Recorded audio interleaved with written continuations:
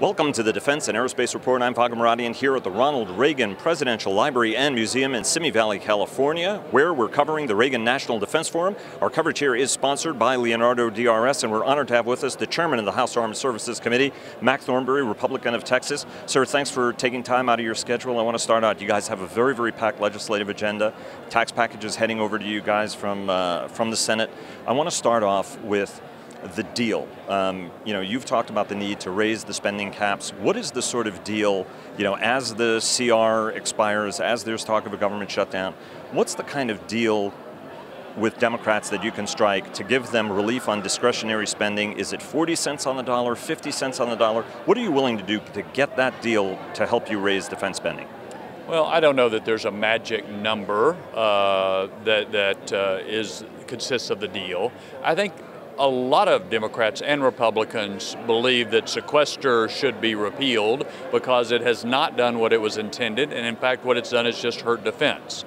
But you're right, our focus right now is how do we fund the military and the rest of government for the rest of the fiscal year. The key, I think, is look at defense needs on their own merits, and then look at other needs. And I'm for spending more money on medical research and other parts of domestic spending, but I don't like to have the military tied to or made conditional upon other issues. And some people are pushing not only other sort of spending, but other policy issues, and that's wrong. Do you think that you guys can strike a deal on that by December the 8th? Or December the 22nd or January the 8th? Yeah, not by December the 8th. I think there will be roughly a 2-week CR, but I think there are a number of us who are not willing to vote for CRs past Christmas. We need to bring this to a head. We cannot continue to inflict the damage that CR inflicts on the military. Do you think that there's going to be a government shutdown? Your ranking member, Adam Smith, believes there's a good chance of that. Do you think that there could be one on December the 9th? No, I don't think so. For some reason, many of the Democrats do not want to vote for even a 2-week CR. And largely this is the DACA issue that is driving this. That's what I mean about other issues impinging upon the support that the men and women who serve in the military deserve. I don't think there'll be a shutdown. But look, you've got two parties and you've got two houses of Congress, and it's hard to predict for sure. You are a member who's been passionate about increasing defense spending. You also have a reputation for bipartisanship. Are you afraid that the tax cut package, if it goes ahead with a debt that's at $20.6 trillion and likely to rise, is going to end up threatening defense spending in a couple of years when attention starts to focus on reducing the deficit? No, I don't think so. As a matter of fact, I would recommend an op-ed in today's, this is Saturday, Wall Street Journal by Phil Graham that talks about if this tax bill can help the economy just get back to normal growth, the normal level of growth since the end of World War II, it will more than pay for itself and actually start to reduce the deficit. So there will be these back and forths about tax. Does it promote growth? We're in the Reagan Library. That's one of the best examples where reducing taxes fueled economic growth that lasted for a good long time.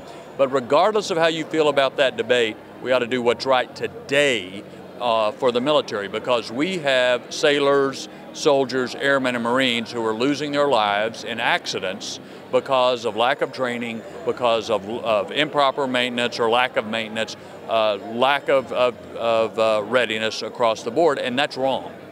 Do you think it hurts when the president says that we've already rebuilt the military? Do you think that undermines your effort and the message that you and other members or informed members are trying to deliver, that the state of the military does need improvement, which is something even the last administration was arguing for? Yeah.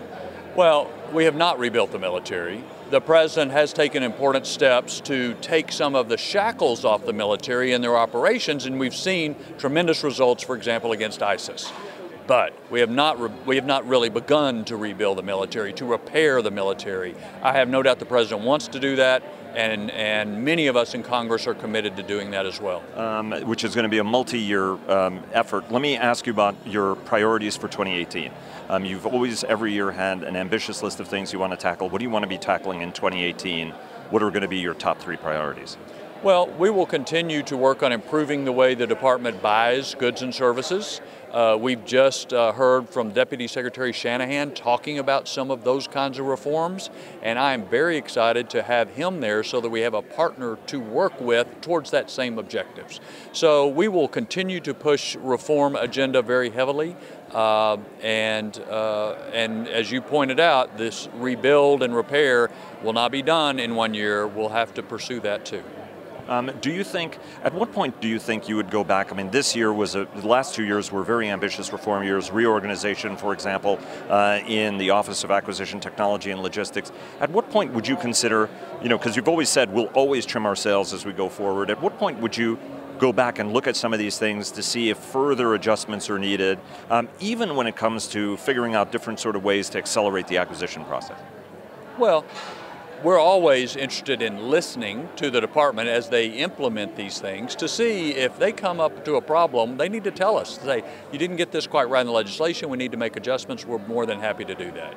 At the same time, I'm sensitive to give them enough time to implement what we've already put into law, rather than re-legislate in the same area, give them a chance to do that. So we want to be careful about moving to other areas, and there's a host of them that are available. Chairman Mac Thornberry, Republican from Texas, thanks very much, and sir, hope you have a great holiday. Thank you. You too, sir.